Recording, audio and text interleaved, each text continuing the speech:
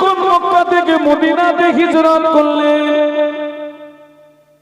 বেঈমান বেদিনেরা আল্লাহ নবীকে মারার জন্য, আল্লাহ নবীকে ধরার জন্য গভীর রাত আল্লাহর নবীর ঘরটা ঘিরে ফেলেছে। আল্লাহ নবী বার হলে নবীকে জানে মেরে দেবে, নবীকে জীবনে মেরে দেবে। আল্লাহ পাক কাফেররা নবীর ঘরটা ঘিরে দাঁড়িয়ে আছে। আল্লাহ পাক ওই দৃশ্যটা দেখে না, দেখে না। জোরে বলেন না, আল্লাহ দেখে না, দেখে না। অনেকে মনে করে গোপনে গোপনে গাঁজা টানতেছে, মনে হয় কেউ জানে না। আপনাদের এখানে গাঁজার কথা বলা বেকার, কারণ এখানে ওসব জিনিস পাওয়া যাবে না। হয়তো একটু মদ টদ খায়।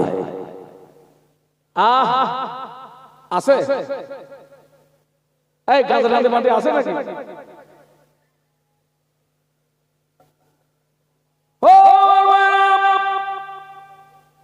গভীর রাত, বিশুদ্ধি রাত, কাফেররা নবীর ঘরটা ঘিরে ফেলেছে।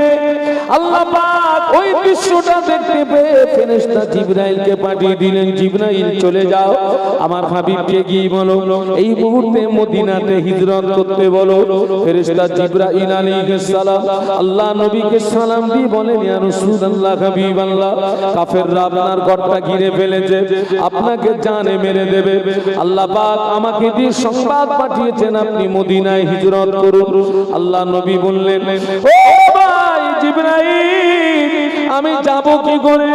বার হলেই তোরা আমায় ধরে ফেলবে।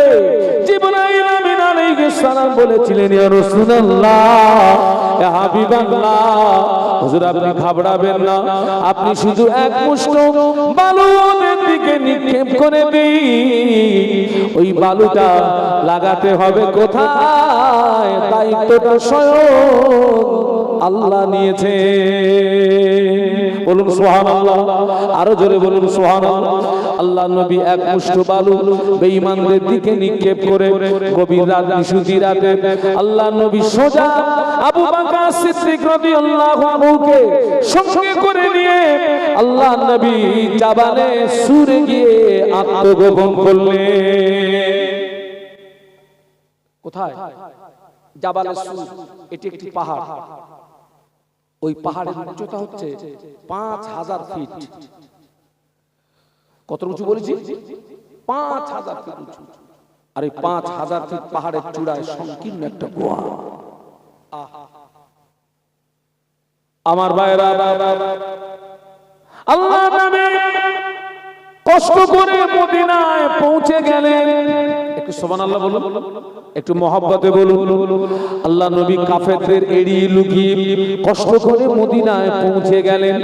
কাফেররা যখন নবীকে ধরতে পারল না, আবু জাহাল, আবু লাহাব, উতবা, শাইবা, ওরা চিন্তা করলো মুহাম্মদ মক্কা থেকে মদিনায় চলে গিয়েছে, মানে মুহাম্মাদের ভক্ত অনুরক্ত যারা, ওরা আর মক্কায় থাকবে না, ওরা মদিনাতে চলে যাবে। আর ওরা যদি মদিনাতে যায়, ওখানে গিয়ে দল তৈরি করবে, সংগঠন তৈরি করবে। অতএব ওরা একটা পরামর্শ করলো, মক্কা মদিনার বর্ডার গুলো ওরা ঘিরে ফেললো। ওদের টার্গেট হলো একটা মক্কার মানুষকে এই মুহূর্তে মদিনায় যেতে দেবো না, তবে কোন বহিরাগত মানুষ যদি মক্কায় আসতে চায় আমরা তাকে মক্কায় আসতে দেবো। কাফেররা মক্কা মদিনার বর্ডার ঘিরে ফেললো। আল্লাহ নবী মদিনায় চলে গিয়েছেন। এক সপ্তাহ অতিবাহিত হয়ে গেল। মক্কার নারী পুরুষ আল্লাহ নবীর প্রতি ঈমান আনার কারণে, নবীকে নবী বলে মানার কারণে, নবীর মহব্বত, নবীর ভালোবাসা তাদের হৃদয়ে এতটা বদ্ধমূল হয়েছিল, তারা যদি আমার নবীকে একটা দিন যদি না দেখতে পেতে, তাদের কলিজার ভিতরে একটা জ্বালা, একটা যন্ত্রণা শুরু হয়ে যেত। ওই জ্বালাটা অন্য কোন জ্বালা নয়, ওই জ্বালাটা হলো আল্লাহর নবীর নূরের বদন দেখার জ্বালা। একটা দিন যদি না দেখতে পেতেন নবীকে, মেয়ে ছেলে বেটা ছেলে, আল্লাহ নবী হিজরত করেছেন, মাঝখানে এক সপ্তাহ অতিবাহিত হয়ে গেছে। যারা নবীকে একদিন না দেখে থাকতে পারে তারা নবীকে এক সপ্তাহ দেখতে পাচ্ছেন। ওই মক্কার 9 জন মহিলা, ও মহিলারা, ও আমার মায়েরা বোনেরা, মক্কার 9 জন মহিলা এক জায়গায় বসে পরামর্শ করলো। 9 জনের ভিতর থেকে একজন মহিলা বলে, বুবু আমাদের নবী মক্কায় নাই, আমরা মক্কায় থাকবো না, আমাদের নবী মদিনাতে, আমরা মদিনাতে চলে যাব, এ ব্যাপারে তোমাদের মতামত কি?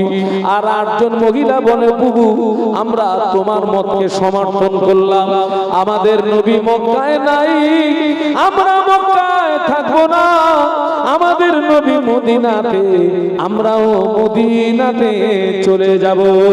বলুন সুবহানাল্লাহ। নবী মক্কায় নেই, আমরা থাকবো না, নবী মদিনায়, আমরা কোথায় যাব বলুন না। কিন্তু এরা যাওয়ার সিদ্ধান্ত নিচ্ছে, বর্ডারে কারা দাঁড়িয়ে আছে?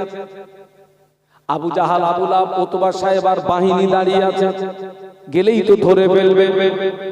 মক্কার 9 জন মহিলা, কারো কোলে 3 মাসের বাচ্চা, কারো কোলে 5 মাসের বাচ্চা, কারো কোলে 7 মাসের বাচ্চা, কারো কোলে 3 মাসের বাচ্চা, কারো কোলে 5 মাসের বাচ্চা, কারো কোলে 7 মাসের বাচ্চা। ছোট ছোট বাচ্চাগুলোকে বুকের ভিতরে জড়িয়ে ধরে সবকিছু তুচ্ছ করে দিয়ে নবীর মহব্বতে বেরিয়ে পড়েছে। মক্কা মদিনার বর্ডারে গিয়ে যখন পৌঁছালো, কাফেররা এই 9 জন মহিলাকে ধরে ফেললো। ও মক্কার মেয়েরা, তোমরা কোথায় যাও? বলে আমরা মদিনাতে যাব। কেন?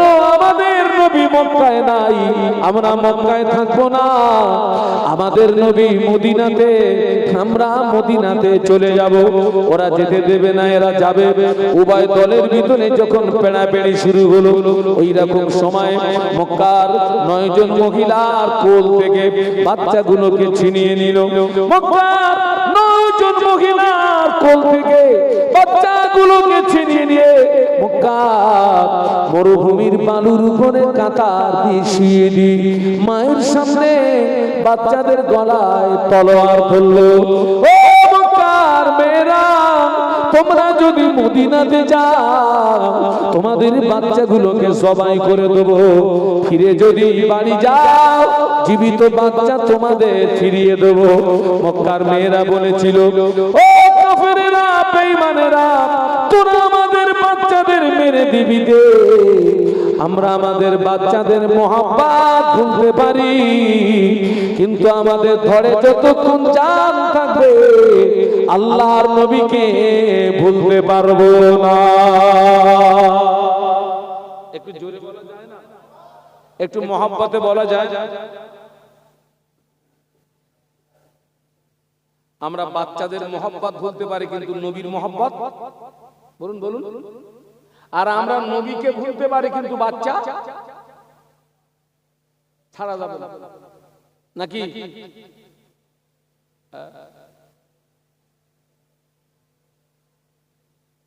আল্লাহ নবী 1500 বছর আগে আল্লাহ নবী কয়েকটা রাস্তায় আমাদেরকে যেতে নিষেধ করেছেন। আল্লাহ পাক কোরআন শরীফের ভিতরে বললেন, মা আতাকুমুর রাসূলু ফাখুযুহু ওয়া মা নাহাকুম আনহু ফান্তাহু। আল্লাহ বললেন, আমার হাবিব তোমাদের যেটা করতে আদেশ করে, আমার হাবিবের আদেশটাকে মেনে নাও। ওয়া মা নাহাকুম আনহু ফান্তাহু, আমার হাবিব যেটা নিষেধ করে ওটাকে তোমরা বর্জন করো। নবীর আদেশটাকে মানো, নিষেধটাকে ছেড়ে দাও। আজকের লক্ষ্য করে দেখুন, আল্লাহ নবী আমাদের যে কাজ করতে আদেশ করেছেন, ওই কাজগুলো আমাদের দ্বারাতে যতটা না হয়, আল্লাহ নবী যে কাজ করতে নিষেধ করেছেন তুলনা অনুযায়ী ওই কাজগুলো আমাদের দ্বারা কম হয় না, বেশি হয়? বলুন বলুন, বেশি হয়, বেশি হয়। আল্লাহ আমাদেরকে হেদায়েত নসিব করুন, বলুন আল্লাহুম্মা আমিন, বলুন আল্লাহুম্মা আমিন। আল্লাহ বললেন, আমার হাবিব তোমাদের যে কাজ করতে আদেশ করে, আমার হাবিবের আদেশটাকে মেনে নাও। আর নিষেধটাকে কি করো? বর্জন করো, ছেড়ে দাও, পরিত্যাগ করো। কিন্তু আমরা আদেশটাকে বাদ দিয়েছি আর নিষেধটাকে। আমার ভাইরা, মক্কার 9 জন মহিলা